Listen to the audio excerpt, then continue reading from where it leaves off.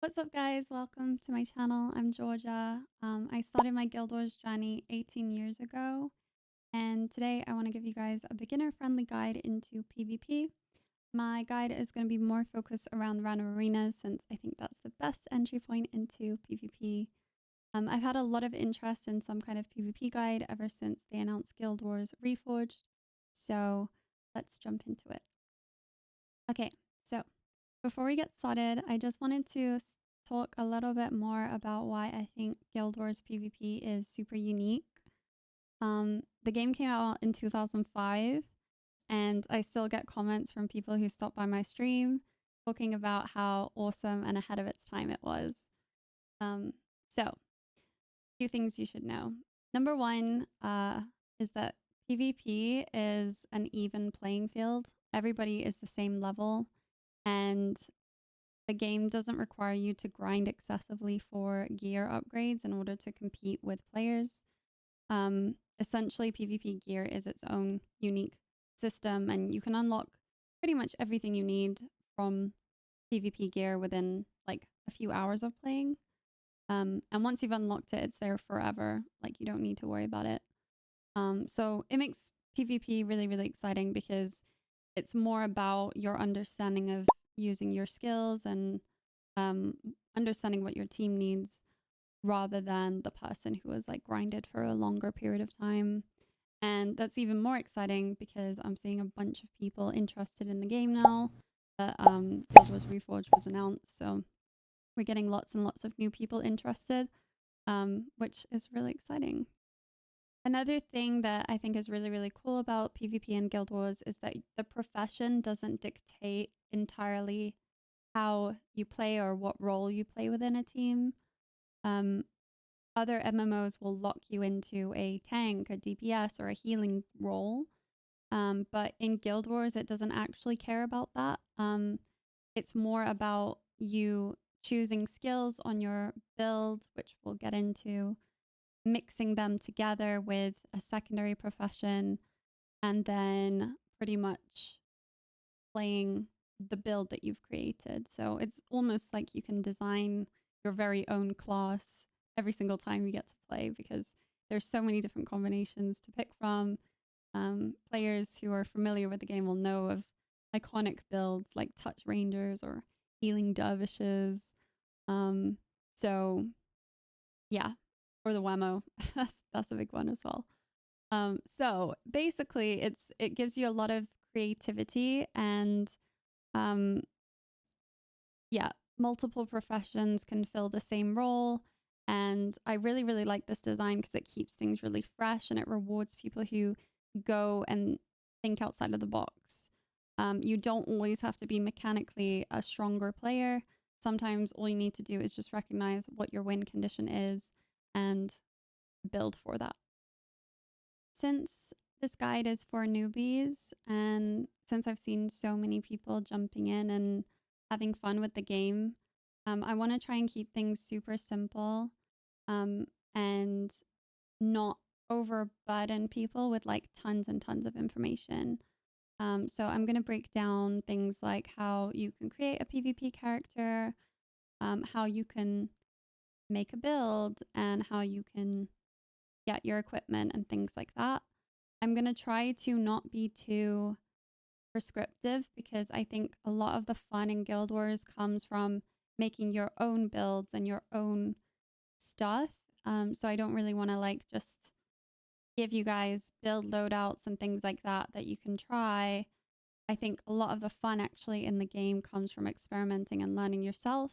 But having said that, there are probably some things that you should know going into PvP, and that's what this guide is going to cover.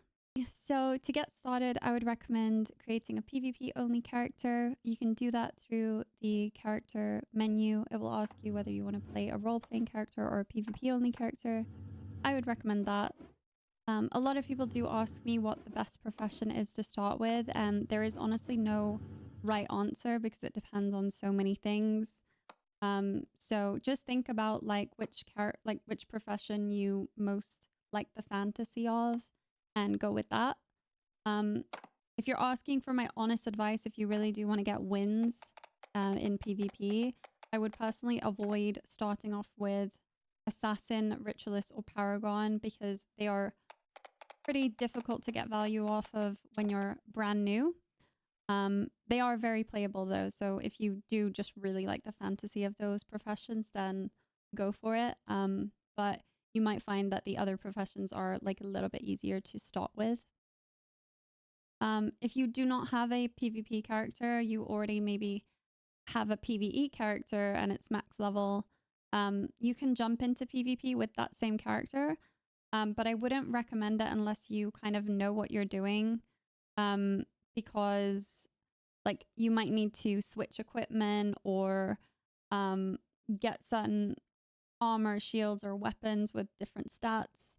And stuff like that can take a lot longer if you have a PvE character because you're going to have to go and buy it as opposed to a PvP character that can just make it in the PvP interface. You will need to have a little bit of playtime on your account to unlock things from the PvP, I guess, upgrade system. But it is not a very long time, and we'll get into that a bit later. So you've created a character, and now the first thing you're going to want to do is make your build. You make a build through the Skills and Attributes tab. There are two ways that you can make a build. You either load a pre-existing one that someone else has made or make one yourself. As I mentioned, I do think making your own build is going to be the most fun and beneficial in the long term. However, if you are wanting to be serious about PvP and get some wins, then you may just prefer to take a pre-existing one that is meta. I can link some in the description if that is helpful, but as I mentioned, I don't think it's as fun as making it your own on your own. When you open your skills tab, you're only going to see skills that you have unlocked, and chances are if you're a very new player, you will only have like a limited amount of skills unlocked, especially if you're jumping straight into PvP. Skills need to be unlocked using something called Balthazar faction. That is a currency that you earn as you PvP. You don't need to do one specific kind of PvP. It's any kind of PvP. There's lots of different game modes. Some are more casual than others. So I would generally say it's like about 2 hours of PvP to get enough faction for most of the basic things that you need. But that will vary depending on like activity and things like that. But you can see your Balthazar faction through the Hero tab. And if you want to purchase new skills, just speak to a guy called the Priest of Balthazar, who you can find in the Great Temple of Balthazar. Praise Balthazar. You can cheese this, by the way. You can purchase something called a PvP access kit in the Guild Wars ArenaNet shop. And it gives you unlocks for skills. By the way, make sure that you have every expansion unlocked because I believe those give you access to skills and you won't like be able to unlock them even if you have the faction if you don't have the campaigns unlocked. Also, if you have a friend who plays, you can ask them if they have any Balthazar flames, flames of Balthazar. These are basically like they contain chunks of Balthazar faction, so you can unlock it that way if you have like a friend who plays, or you maybe can buy some. Yeah. So my first piece of advice is just read your skills. You can mouse hover over attribute lines to understand what they do. Every profession has one attribute that only one profession can access. And this is really important because it means that the profession that you pick does have some kind of unique mechanic that no other class can do. You can have up to 8 skills on your bar and 1 elite skill. That is the skill with the shiny gold border around it. You will generally always want an elite skill equipped unless you are fluxing in a specific month. This is a beginner's guide, so don't worry about that. Skills also display things like adrenaline cost, energy cost, fasting time, recharge time. You may also have things like exhaustion cost. So definitely have a read through those as well because they're relevant and they help to like balance the skill. When you're making a build, I also recommend looking at skills that pair well with each other. So there might be a skill that gives you energy if you hit someone who is burning. So you may want to look for a skill also that applies burning so that you can use the two together. Also, you're not limited to just your profession skills. You can switch your secondary profession at any time and then check out what other classes have to offer. Since this is a PvP guide, I'm going to recommend that you take Resurrection Signet unless you are a healer, so that you can resurrect an ally if needed. And also, I recommend taking at least one stance or some kind of defensive utility skill, so that if you're getting targeted or spiked, as you would call it in Guild Wars, you can manage that and survive a little bit longer. These are just some general rules. They don't apply if you're maybe a more experienced player or if you're familiar with how the game works, but those are the best tips that I can give when it comes to making your own build. Okay, so you have a build and you know what your skills do. Congrats. Now it is time to get your equipment. Equipment is a lot harder to advise on because it will really vary depending on what build and what profession you're playing. But my advice is just to open up the PvP panel tab and check out what kind of like armor and weapon and insignia and rune mods you can basically use. If you're very new to PvP, you will want to speak to the Priest of Balthazar again and check out the unlock item tab, as he will be able to like sell you any mods that you don't have. Professions are split into light, medium, or heavy armor classes. So light armor classes will take more damage from attacks and spells than heavy. I can also put some like example equipment template codes in the description below if you do really struggle with this. A big thing I want to emphasize is switching weapons is like super important in my opinion in PvP. So most players will have at least 2 weapon sets. They will have their main damage or healing weapon, and then they will have a shield set. The shield set is made up of like a spear or a sword and a shield. And the shield set will just allow you to tank a little bit more damage.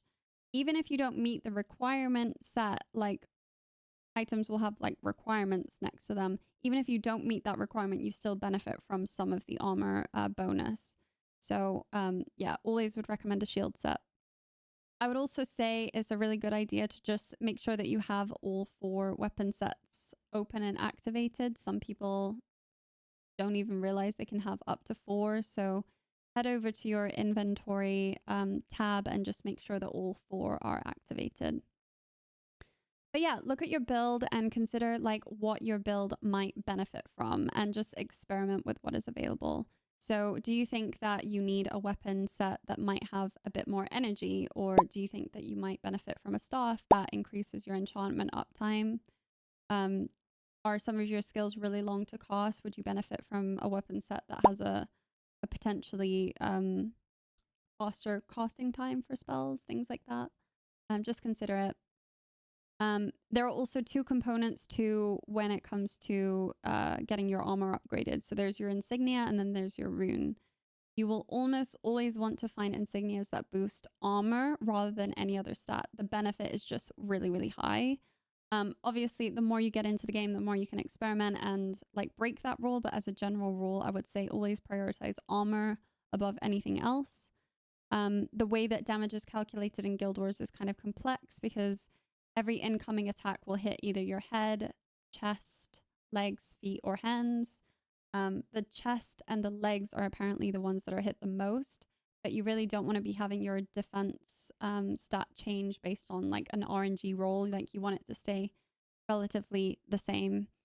Your runes, however, get quite interesting. So you can decide with runes whether you want to sacrifice something for something else. So maybe you sacrifice some of your health for more power or more utility. So check those out and see whether you can incorporate them into your build. I would always recommend taking a Rune of Superior Vigor. This is a must-have in PvP. It basically gives you a flat plus 50 health. But for other runes, just experiment and see Generally, you won't want to have loads of superior runes because most of them have quite a high cost to them in terms of the amount of health you have to sacrifice. So yeah, just experiment and see. Once you're happy, have a final look over everything and just see whether it all makes sense. If your health bar sits within the 500 to 600 range, that is a good sign. And if it's vastly like under that, then just make some adjustments to your equipment. The last thing that I'm going to mention is your UI and your keybinds. So if you go into menu and options, you'll be able to change your keybinds through the control tab. I would generally recommend keybinding all of your skills. So skill 1, 2, 3, 4, 5, 6, 7, 8. Don't be clicking those skills, even though it's tempting. And I would also recommend keybinding your cancel action. So essentially, you can cancel cost, which is a little bit more intermediate, but we might as well get you thinking about that now. So make sure that your skills are keybinded. Make sure that your cancel button is also keybinded. And then if you're intending to play a support role, generally it's a good thing to have your targeting party member at 1, 2, 3, and 4 also keybinded so that you're not having to click the party members' health bars. You can just use your keybinds for that. Also, there is a way to arrange your UI the way that you like. So I like to personally have my compass quite large so that I can see it clearer. I also make sure that my skill monitor is super, super large and my effects monitor is closer towards the center of the screen so that I can see it clearly. Just do whatever works for you, basically, but it's just shouting out that that is a thing and it exists. All right, so that brings us to the end of this guide. There's so much more that I would want to cover, but I want to keep it short and manageable. So that's everything that I'm going to get into for this video. But if you guys are interested, I can make more specific tips and tricks for the characters that I play or that I'm familiar with. I will try to link some resources in the description below for you guys. And hopefully it makes a difference to people who are either new or returning back to the game. So yeah, have fun, and I will see you hopefully in random arenas. Bye.